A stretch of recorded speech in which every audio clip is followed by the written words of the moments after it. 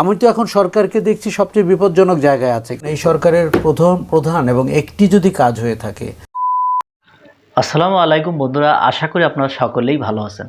তো আজকে যে বিষয়টা নিয়ে আপনাদের মাঝে হাজির হয়েছি সেটি হচ্ছে আসলে এই সরকার ডক্টর ইউনূস সরকার তিনি নাকি খুব বিপদের মধ্যে আছেন। তো এই ধরনের কিছু কথা বলেছে।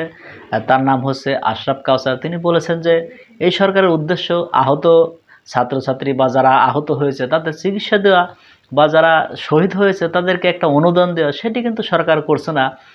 তারপরে প্রশাসন বিভিন্ন জায়গায় যে আওয়ামী লীগের লোক রেখেছে সেগুলো তাদের বুঝতেই এই 100 দিন লেগে গেল।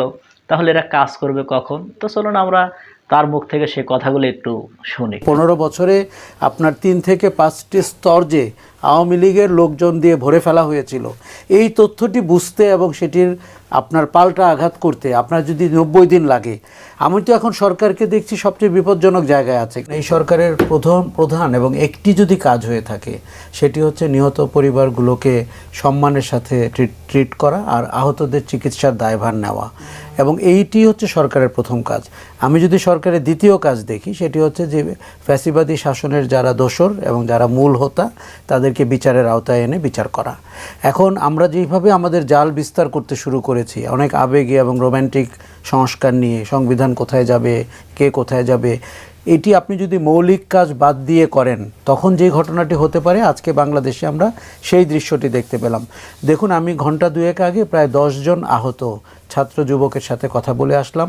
তাদের কেউ চক্ষু হারিয়েছেন, কেউ আপনার দৃষ্টিশক্তি হারিয়েছেন, কেউ পা হারিয়েছেন, কেউ দীর্ঘদিনের জন্য পঙ্গু হাসপাতালে চিকিৎসা করছেন, আরও কয়েক বছর করবেন।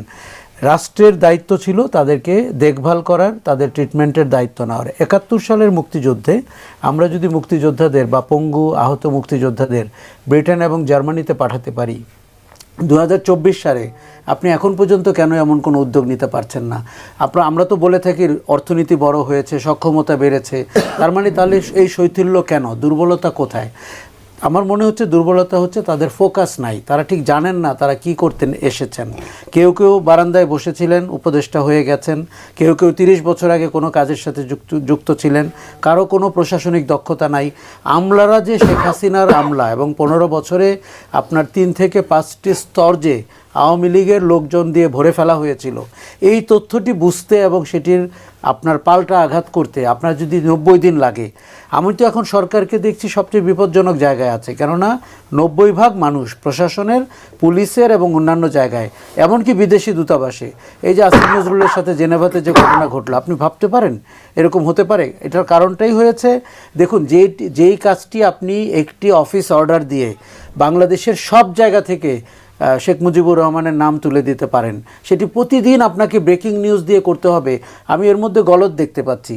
তার মধ্যে পোশাকি আচরণ, পোশাকি বহিঃপ্রকাশ অনেক বেশি। আপনি 5টি প্রধান দূতাবাস থেকে রাষ্ট্রদূত প্রত্যাহার করবেন, একটি চিঠিতে চলে যাবে, এবং ঘটনার 5ই অগাস্টের পরে 8ই অগাস্ট সরকার দায়িত্ব নেওয়ার পরে 10 তারিখের মধ্যে ঘটে যাবে। এটি আপনি দেড় মাস দেরি করেছেন, 2 মাস দেরি করেছেন।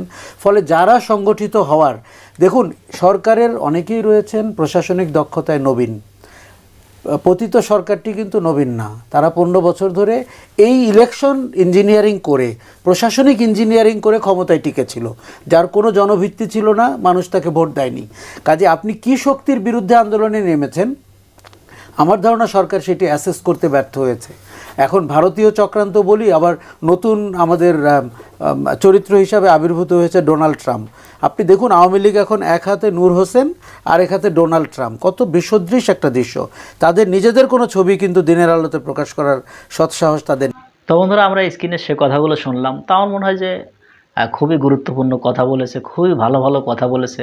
তো আমার মনে হয় যারা শহীদ হয়েছে তাদের একটা বড় ধরনের অনুদান দেওয়া উচিত, বা যারা আহত হয়েছে তাদের উন্নত চিকিৎসা করা উচিত, দরকার হলে বিদেশে নিয়ে যাওয়া উচিত। তো আসলে সেটা সরকার করছে না।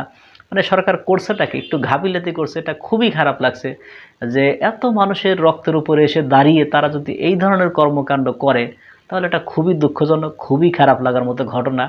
তো এই বিষয় নিয়ে আপনাদের যদি কোনো মতামত থাকে অবশ্যই কমেন্ট বক্সে জানিয়ে যাবেন। তো বন্ধুরা, ভালো থাকবেন, সুস্থ থাকবেন, দেখা হবে পরবর্তী কোনো ভিডিও নিয়ে। সে পর্যন্ত ভালো থাকুন। আল্লাহ।